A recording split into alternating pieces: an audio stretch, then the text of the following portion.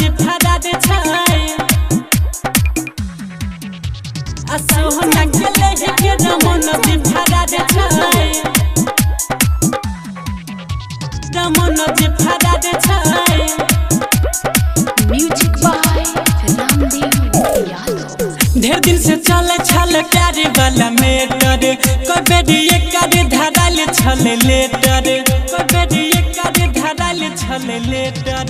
ढेर दिन से चले छल प्यार वाला मेटर कोई बेरी एकर धराल छल लेटर।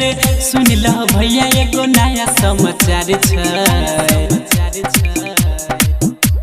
सोना के लेके रमन जी फरार छै रमन जी फरार छै रमन जी फरार छै सोना के लेके रमन जी फरार छै रमन जी फरार छै रमन जी फरार छै।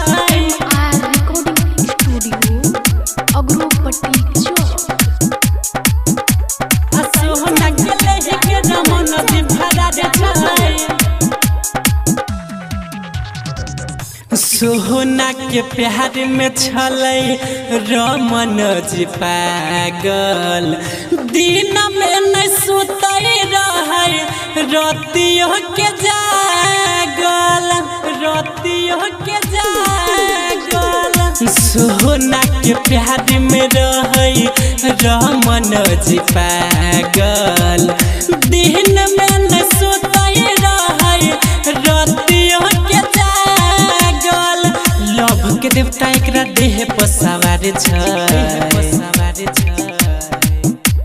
सोहना के लेके रमन जी फरार छै रमन जी फरार छै रमन जी फरार छै सोहना के लेके रमन जी फरार छै रमन जी फरार छै रमन जी फरार छै।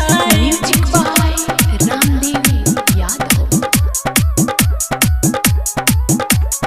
सोहना के लेके रमन जी फरार छै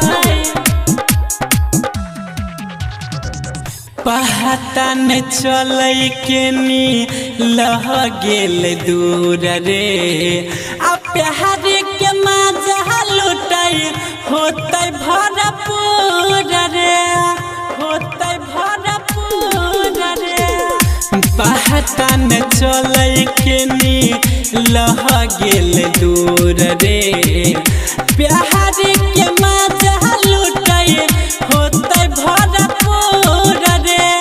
टेंशन में होकर पूरा परिवार छै